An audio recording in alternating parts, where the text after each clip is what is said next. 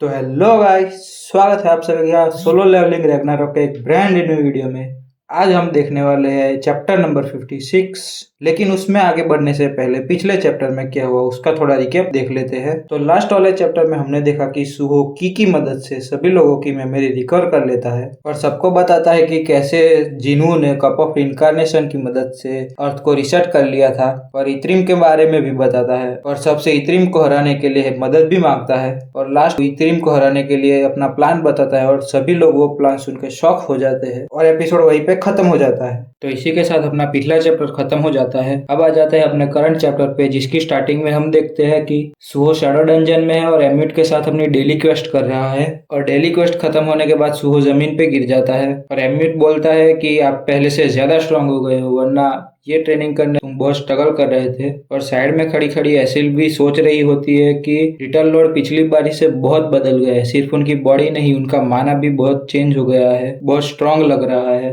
फिर सुहो बोलता है कि मुझे अब जाना होगा, तो एसिल बोलती है कि अभी तो आए थे, अभी जा रहे हो। तो ये सुन के सुहो रिप्लाई करता है कि आगे के टाइम में मैं बहुत ज्यादा बिजी रहने वाला हूँ, क्योंकि मैं फील्ड टाइप डंजन क्लियर करने जा रहा हूँ। ये सुन के एसिल शॉक होके बोलते हैं कि फील्ड टाइप डंजन्स। तो सुहो कहता है कि मैंने हायरअप से बात कर ली है। फिर हमारे सामने फ्लैशबैक आता है कि सुहो सबसे बात कर रहा होता है कि मुझे सारे फील्ड टाइप डंजन के एक्सेस चाहिए, ताकि अगर कोई स्टारडस्ट फैक्ट्री बच गई हो तो मैं उस फैक्ट्री को खत्म कर सकूं। तो फिर वो जिनचुल बोलता है कि हम चारों को तो कोई दिक्कत नहीं है, लेकिन सारे गिल्ड वाले नहीं मानेंगे, सब अपनी अपनी कंडीशन रखेंगे। और फिर हम प्रेजेंट में आते हैं, जहाँ सुहो बोलता है कि उन सारी कंडीशनों को फुलफिल करने के लिए मुझे बहुत मेहनत करनी पड़ेगी। तो एसिल बोलती है कि हमें भी साथ ले चलो, हम भी आपकी मदद करना चाहते हैं। तो सुहो बोलता है कि जरूरत पड़ेगी तो बुला लूंगा, और निकल लेता है। और एसिल का चेहरा देखने लायक हो जाता है। अगले सीन में हम एक डीरेंक डंजन के सामने खड़े होते हैं, जहाँ पे मीहो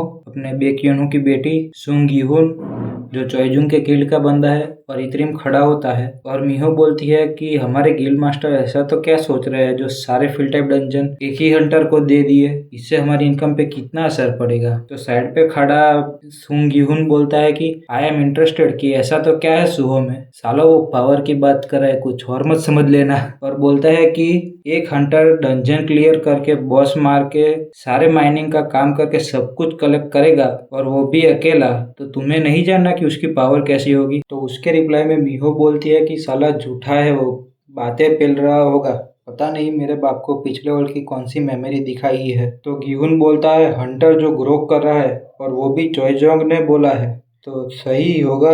इतने में ही सबको अर्थक्वेक फील होता है, और गिहुन बोलता है कि अभी तो उसे गई 1 घंटा भी नहीं हुआ।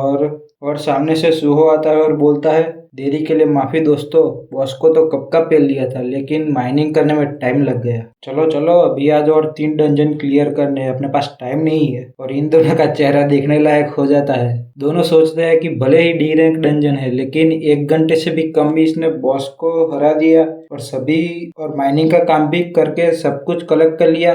क्या है ये बंदा। और साइड में खड़ा इद्रीम ये सब देख रहा होता है। फिर सीन शिफ्ट होता है और हम देखते हैं वू जिनचुल, बेक्योनू, चोइजोंग और लीम तैग्यू वो सब डिस्कस कर रहे होते हैं कि सारे फील्ड टाइप डंजन को सुहो के हाथ में देके हमने सही तो किया है ना। तो चोइजोंग बोलते हैं कि माना स्टोन और बीस्ट मटेरियल जो हम कभी भी निकाल सकते हैं, ऐसा खजाना। तो बेक्योनू कहता है कि एज एक्सपेक्टेड, साले तू पैसों का भूखा ही है, साले इत्रिम आ गया तो क्या ही कर लेगा उस पैसों का। तो चोइजोंग कहता है कि वो सब छोड़, जिसके पास सबसे ज्यादा डंजन थे वो तो अपना ही बंदा निकला, वो तैग्यू की बात कर रहा है। तो यूनो कहता है कि उसने लगता है अपने गिल्ड में सारे डंजन दे दिए, क्योंकि उसके ही डंजन में से स्टारडस्ट फैक्ट्री निकली थी। फिर वो सब याद करते हैं कि अगर आने वाला खतरा मोनार्क के जैसा ही निकला तो हम कुछ कर भी पाएंगे।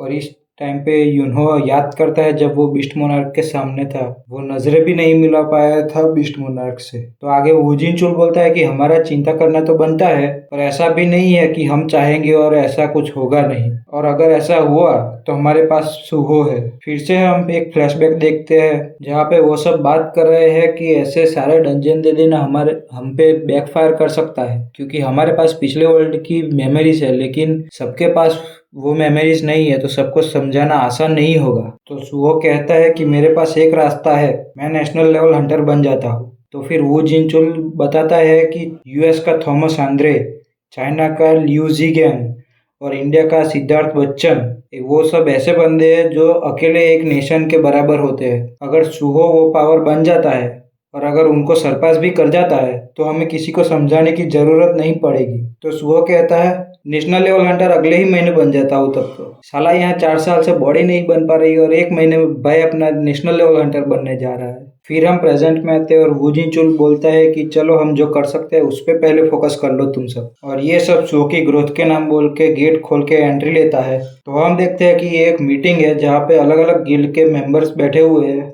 फिर से सीन शिफ्ट होता है और हम देखते हैं कि सुहो डंजन में फाइट कर रहा होता है और वहाँ पे वो मॉन्स्टर्स को बिना कोई एफर्ट के पहले जा रहा है और ऑरा फार्म करता है, जो तुम इस पैनल में देख ही सकते हो। अब सुहो डंजन क्लियर करके बाहर आता है जहाँ पे मीहो और गिहुन खड़े थे। तो गिहुन मीहो से पूछता है कि ये जो हम देख रहे हो वो सच में रियलिटी है। तो मीहो कहती है कि मैं भी तुमसे यही पूछने वाली थी। और ये दोनों ऐसे क्यों बात कर रहे हैं?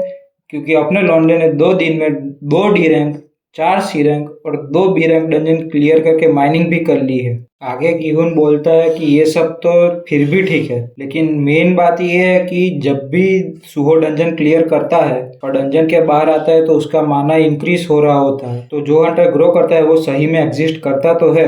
आगे सुहो अपने माना पावर को अपग्रेड करने के बाद बोलता है कि इससे मैं अपनी शेडो अथॉरिटी को और भी इजीली यूज कर पाऊंगा। आगे बेरू बोलता है कि यंग लॉर्ड, क्या मैं आपका माना इस एस रैंक हंटर आइलेस के साथ कंपेयर करूं? यानी इत्रिम की बात कर रहा है। तो सुहो कहता है कि नहीं, रहने दो, मुझे पहले से ही पता है। और ये सब देख के इत्रिम बिल्कुल भी खुश नहीं लग रहा है, जो उसके चेहरे पे साफ दिख रहा है। अब रात हो जाती है और सुहो अपने घर पे आ जाता है। घर पे आके वो नीचे पड़ी अपनी फैमिली फोटो को उठाता है, तभी पीछे से आवाज आती है कि व्हाट अ शेम, अगर तुम्हारी फैमिली पहले आई होती तो मैं उन्हें मार के तुम्हें मेरी जगह पे रख देता। ये सुन के सुहो पीछे मुड़ के देखता है तो वहां पे डोंगसू बैठा हुआ था, जो अपने भाई का बदला लेने आया हुआ था। सुहो के मुड़ने के बाद डोंगसू खड़ा होकर बोलता है कि संग सुहो, और चैप्टर यहीं पे खत्म हो जाता है। तो अगले चैप्टर में हम देखने वाले हैं डोंगसू और सुहो की फाइट, जिसका रिजल्ट हमें पहले से ही पता है कि डोंगसू पीटने वाला है, क्योंकि बेचारे को संग फैमिली का पंचिंग बैग बना के तो पहले ही रखा था। पहले सुहो का दादा आया, उसने पीट दिया, फिर उसके बाप ने टपका दिया। अब देखते हैं सुहो क्या करता है।